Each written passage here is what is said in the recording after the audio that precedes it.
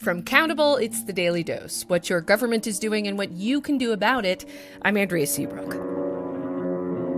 As President Trump has said in his words, this is Vice President Mike Pence. It is not enough to merely have an American presence in space. We must have American dominance in space. It's the official announcement from the White House a few months ago of its plan to establish a new whole military group, one that is dedicated to protecting U.S. interests in space. The space environment has fundamentally changed in the last generation. What was once peaceful and uncontested is now crowded and adversarial. This is why, the White House argues, the United States needs a space force.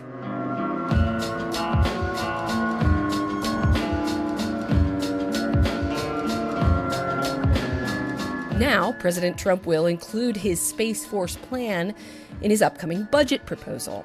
Then, of course, Congress will jump in deep, and that means you need to tell your representatives what to do. Because the Space Force poses a bunch of really fascinating questions. Here's one. Should there be a new branch of the military? The current proposal makes the Space Force a self-contained, independent branch of the Air Force. That may sound like it is part of the Air Force, but it's much like the Marine Corps is under the Navy. Do you think of the Marine Corps as part of the Navy? No. In fact, the Space Force would be the sixth branch of the U.S. military. Question 2. What would it be, even? The thoughts from policy wonks are all over the place. Some say it would just be a reorganization of space military programs that are right now scattered across the government. Others see it as a massive expansion of defense power and even the latest money grab by the military-industrial complex. And here's a third question. Do you think this would be a push towards a militarization of space? Or could it be a move that is necessary and pragmatic in a world where modern warfare and communications already rely on space?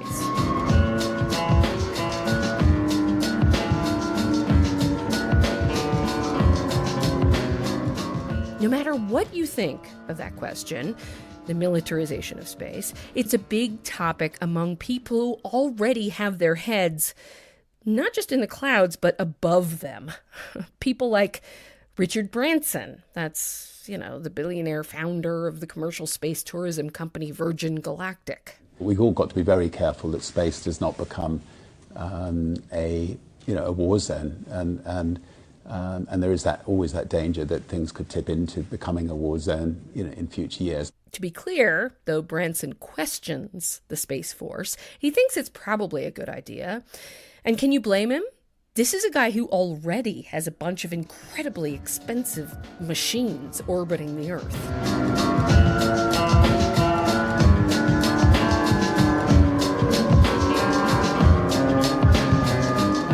Another guy who thinks it's probably a good idea is Neil deGrasse Tyson. That's, America's favorite astrophysicist.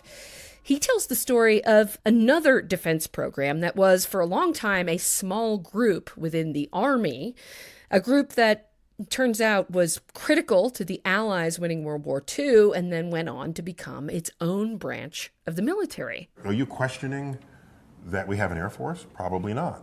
It makes complete sense. Neil deGrasse Tyson goes on to suggest that the Space Force could be a less violent way for humanity to proceed, a way that leaves behind armies of soldiers engaged in bloody combat. There's other ways you can disrupt the sovereignty of a nation. You can take out their satellite communication system. You can take out their navigation system. So space, not as a place where there's weapons, but as a place where you have reconnaissance and other things that are sensitive to warfighting, there's a need to protect those assets.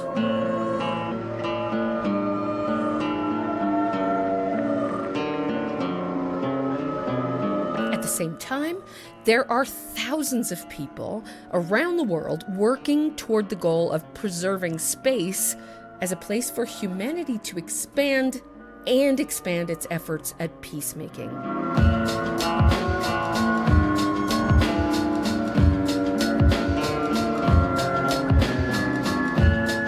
UN Office of Outer Space Affairs works on this and monitors the actions of countries that ratified treaties in the 1960s and 70s that were meant to prevent the militarization of space.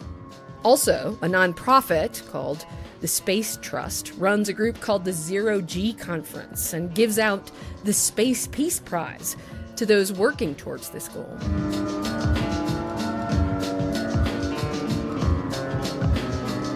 And no matter what era you grew up in, no matter what you think now, this is the big frontier of the United States and of humanity. How will we expand beyond the Earth? And once we get there, will we hold fast to the borders that defined us on land down below? Or will we choose to think differently once we get up there? Once the planet suddenly becomes one place.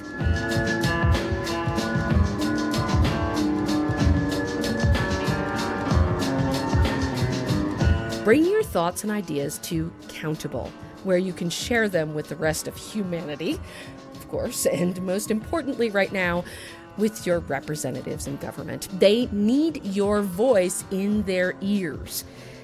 And doing that is just a click away at Countable, what your government is doing and what you can do about it.